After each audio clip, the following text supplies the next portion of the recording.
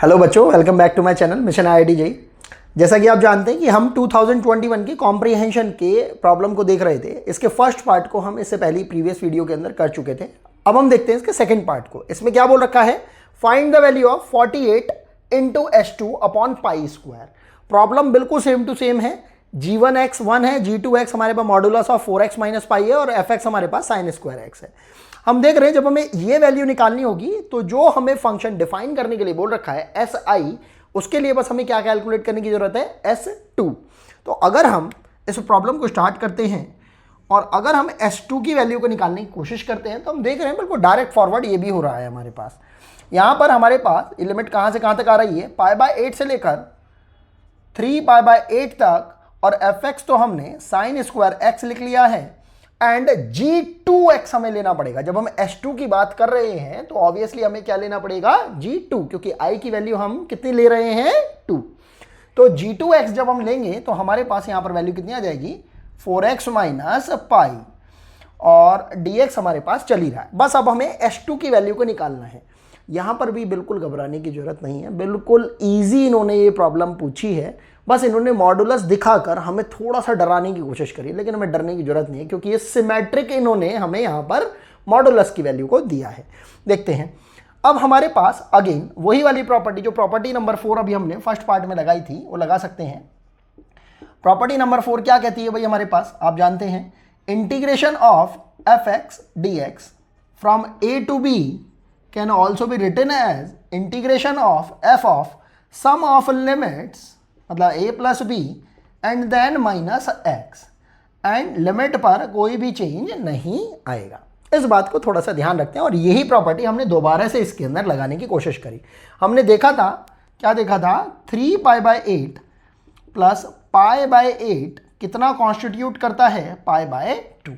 बस इसी चीज को ध्यान में रखते हुए हम यहां पर इसको करना स्टार्ट करते हैं। और क्या करते हैं, हम इस मॉड्यूलस में से इस 4 को कॉमन ले सकते हैं। तो जैसे ही हमने इस 4 को कॉमन ले लिया और हमने ये प्रॉपर्टी नंबर 4 को लगाया तो हमारे पास कितना हो जाएगा, ये हो जाएगा इंटीग्रेशन ऑफ π/8 से 3π/8। ध्यान से देखते हैं, ये साइन स्क्वायर x, ये बेसिकली कितना हो जाएगा, साइन ऑफ 3π/8 प्लस π/8 माइनस का x, और इस पूरे पर क्या लगा हुआ था, स्क्वायर इनटू मॉडुलस ऑफ, आपने यहां पर x में से कितना कॉमन ले लिया था, चाहे रहने दीजिए अभी के लिए, कभी कंफ्यूजन हो जाए आपको, लेकिन 4 कॉमन लेना ज़्यादा इजी रहेगा आपके लिए। चलिए अभी के लिए रहने देते हैं, बाद में कर लेंगे। तो 4 को एज इट इज रहने दिया और आपने यहां पर ये वैल्यू को लगा दिया। x की जगह कितना आ जाएगा हमारे पास, सम ऑफ लिमिट्स, ये कितना हो जाएगा, 3π/8 प्लस π/8 माइनस का x और माइनस का पाई आ गया है हमारे पास, ठीक है, और dx को लिख दिया, ठीक है। इसको और थोड़ा सिंप्लीफाई कर लिया, ये हो जाएगा हमारे पास π/8 से 3π/8 तक का। इसको और भी एक और मेथड है इसको करने का, क्योंकि इंटीग्रेशन और डिफरेंशिएशन ऐसी चीजें हैं जिनको करने के बहुत सारे तरीके हो सकते हैं, केवल जरूरी नहीं है एक ही तरीके से किया जाए। तो यहां पर हम देख रहे हैं कि ये साइन 3π/8 प्लस π/8 ये कितना बन रहा था, π/2, एंड π/2 माइनस एक्स, अभी जस्ट प्रीवियस प्रॉब्लम के अंदर हमने देखा था साइन 90 माइनस थीटा कितना होता है, कॉस थीटा। ये कितना हो जाएगा, कॉस स्क्वायर थीटा। तो इसको आप बोल सकते हो कॉस स्क्वायर एक्स इनटू, ध्यान से देखते हैं इसको, ये कितना हो जाएगा, π/2 माइनस का एक्स। इसको यहां पर लिख लेते हैं 4 टाइम्स ऑफ π/2 माइनस का x, ये हो जाएगा 4 टाइम्स ऑफ π/2 माइनस का x माइनस का पाई, मॉडुलस लगा हुआ है यहाँ पर। इसको थोड़ा सिंप्लीफाई करेंगे, 4 से जब मल्टीप्लाई हो जाएगी तो ये कितना हो जाएगा हमारे पास, ये 2π माइनस का 4x और माइनस का पाई है ही हमारे पास, कितना हो रहा है हमारे पास, ध्यान से देखेंगे, 2π माइनस पाई हो जाएगा माइनस का 4x। बहुत सिंपल तरीके से हमारे पास इसकी वैल्यू कितनी आ रही है, modulus of pi minus 4x dx। अब चाहे पाई माइनस 4x लिख दो, चाहे 4x माइनस पाई लिख दो, मॉडुलस के अंदर है, वैल्यू तो कैसी ही रहेगी इसकी, पॉजिटिव। तो अगर हम इसको भी S2 बुला रहे हैं, जो कि है ही S2, इसको अगर हम इक्वेशन नंबर 1 बोल देते हैं और इसको इक्वेशन नंबर 2 बोल देते हैं, तो आप देख पाएंगे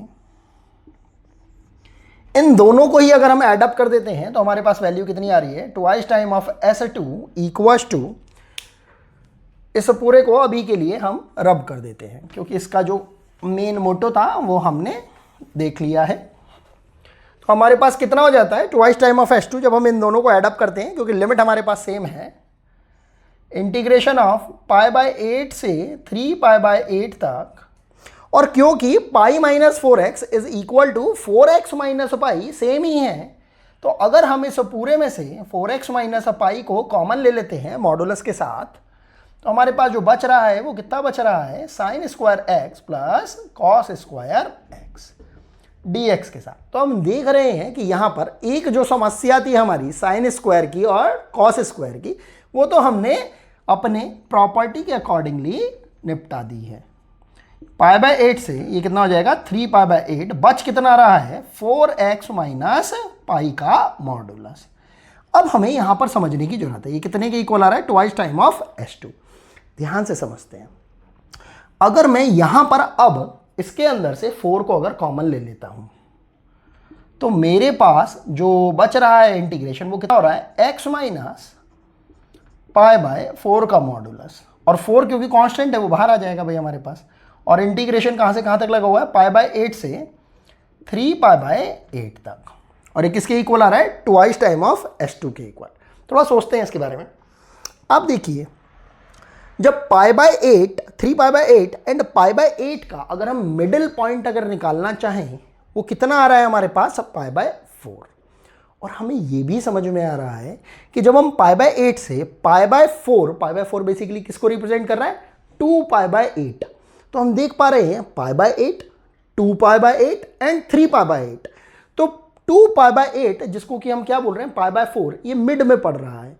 तो हमारे पास जब हम π/8 से 2π/8 जा रहे हैं एंड 2π/8 से 3π/8 जा रहे हैं, तो यहां पर इस मॉडुलस का जो साइन है वो चेंज हो रहा है। वो कैसे, अगर हम x की वैल्यू ये π/8 रखते हैं तो π/8 से लेकर 2π/8 मतलब π/4 तक तो हमारे पास ये मॉडुलस किससे ओपन हो रहा है, माइनस से, क्योंकि इसकी वैल्यू इंटरनली मॉडुलस के अंदर कितनी आ रही होगी, नेगेटिव। और जब हम वैल्यू इसकी 2π/8 बोले तो π/4 से जब ज्यादा रखेंगे तो ये मॉडुलस किससे ओपन होगा, प्लस से। बस इसी छोटी सी बात को ध्यान में रखना है और हमें इसको इंटीग्रेट करना है, बहुत सिंपल सा है ये। तो यहां पर इस ट्वाइस टाइम ऑफ S2 और इस 4 को अगर हम थोड़ा सिंप्लीफाई कर लेंगे तो ये कितना हो जाएगा, S2 equal to twice time of, और हमने इसको इंटीग्रेट करना स्टार्ट करा। हमें पता है ब्रेकेज पॉइंट कहां पर आ रहा है, π/4 पर, तो हम देख पा रहे हैं π/8 हो गया, एक 2π/8 हो गया एंड 3π/8 हो गया। तो बिल्कुल और बिल्कुल ये मिड में आ रहा है, 2π/8, π/8 एंड 3π/8 के, जिसको कि हम क्या बोल सकते हैं, π/4। तो इस 2 से इस 4 को डिवाइड करके ये हमारे पास 2 आ रहा है, और हमने बोल दिया फ्रॉम π/8 से π/4 या 2π/8 भी बोल सकते हो, हमारा ये जो ये मॉडुलस है ये किस तरीके से ओपन होगा, माइनस से ओपन होगा। तो हमने माइनस बाहर कर लिया, कितना हो गया, x। अच्छा, या इसे ऐसा भी बोल सकते हैं, ये हमारे पास हो जाएगा कितना, π/4 माइनस का x, इस तरीके से बोल सकते हैं, dx एंड प्लस, अगर हम आगे वाले पार्ट को अगर इंटीग्रेट करते हैं π/4 से लेकर 3π/8 तक वाले पोर्शन को, तो हम देख रहे हैं कि यहाँ पर ये जो वैल्यू रहेगी हमारे पास कैसी रहेगी, पॉजिटिव, तो मॉडुलस लगाने की जरूरत नहीं रहेगी। तो x माइनस π/4, बस इतनी सी बात को हमें समझना था, और इसको अब हम इंटीग्रेट कर देंगे। ये कितना हो जाएगा हमारे पास, twice time of, as it is चलाते चलेंगे, π/4 को जब हमने इंटीग्रेट करा तो कितना हो जाएगा, π/4 x माइनस जगह x²/2 एंड अच्छा, मिडिल पॉइंट का एक फायदा ये हो सकता है कि हमें इतना बड़ा इंटीग्रेशन करने की बजाय हम किसी एक का इंटीग्रेशन निकाल कर उसका ट्वाइस टाइम कर सकते हैं। समझने की कोशिश करिए, हम क्या बोल रहे हैं, 2π/8 जो है ये मिडिल में आ रहा है, हाँ मिडिल में आ रहा है। अगर ये मिडिल में आ रहा है और π/8 से 3π/8 के लिए ये एक as a straight line work कर रही है, तो स्ट्रेट लाइन के लिए हमारे पास इससे पहले तो, इस π/4 से पहले तो इसका साइन कैसा हो रहा है, नेगेटिव हो रहा है, और इससे आगे इसका साइन कैसा हो रहा है, पॉजिटिव। तो अगर हम इमेजिन करें तो इसका जो ग्राफ होगा वो कुछ इस टाइप का सा रहा होगा। अगर ये π/4 है तो इसका ग्राफ कुछ इस टाइप का सा रहा होगा और इसका ग्राफ कुछ इस टाइप का सा रहा होगा। π/4 से आगे इसका ग्राफ जो है, तो अगर हम देखें π/4 से पहले अगर π/8 यहाँ कहीं पर रहा होगा एंड 3π/8 यहाँ कहीं पे रहा होगा, और क्योंकि ये दोनों के दोनों इक्वी डिस्टेंस पर हैं तो ऑब्वियसली इनका जो एरिया है वो सेम आएगा। तो मैं ये कहना चाह रहा हूँ कि इंटीग्रेट हम इससे भी कर सकते हैं, लेकिन ये थोड़ा लेंदी पड़ेगा आपके लिए। तो आप ऐसा भी कर सकते हैं, क्योंकि π/8 से π/4 का इंटरवल इज इक्वलेंट टू π/4 का इंटरवल टू 3π/8। तो यहाँ पर हम same interval, same length of interval की वजह से किसी एक को इंटीग्रेट करके उसका ट्वाइस टाइम निकाल सकते हैं। तो वैसा कर लेते हैं, वो हमारे लिए थोड़ा सा ज़्यादा कन्वीनियंट हो जाएगा। तो हमने क्या करा, इसी को इंटीग्रेट कर लिया और इसका ट्वाइस टाइम ले लिया। तो ट्वाइस टाइम करके हमारे पास वैल्यू कितनी आ रही है, x² माइनस πx/4 और लिमिट हो जाएगी हमारे पास π/4 से 3π/8। थोड़ा देखते हैं, ये हो जाएगा 4 टाइम्स ऑफ 3π/8। जब हमने यहाँ पर रखा, ये कितना हो जाएगा 9/64, 9π² और इंटू 2 भी है हमारे पास, माइनस ये कितना हो जाएगा 3π²/32, 3π²/32। यहाँ पर इतनी वैल्यू आ गई इसकी, और माइनस में फिर जब हम π/4 को रखेंगे तो ये कितना हो जाएगा हमारे पास π², देखो 4 तो था ही है हमारे पास, 16 हो जाएगा और 2 भी आ जाएगा हमारे पास, अपॉन में कितना हो जाएगा 32, एंड माइनस में जब हम यहाँ पर पाई रखेंगे तो ये कितना हो जाएगा हमारे पास π²/16। और इसको अब हम थोड़ा सिंप्लीफाई कर लेते हैं, कितना हो जाएगा 4 टाइम्स ऑफ 9π², अच्छा ये कितना हो जाएगा 128। तो 2 और 4 से मल्टीप्लाई कर लेंगे, 4 से मल्टीप्लाई कर लेंगे, ये कितना हो रहा है 12 और माइनस का 9, ये कितना हो जाएगा माइनस का 3।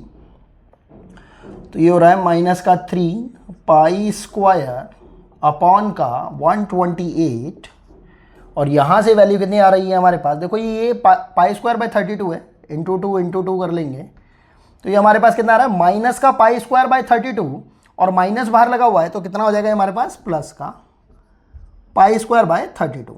और इसको सिंप्लीफाई कर लेंगे 4 से मल्टीप्लाई करके, बिल्कुल बेसिक मल्टीप्लाई हो रही हैं।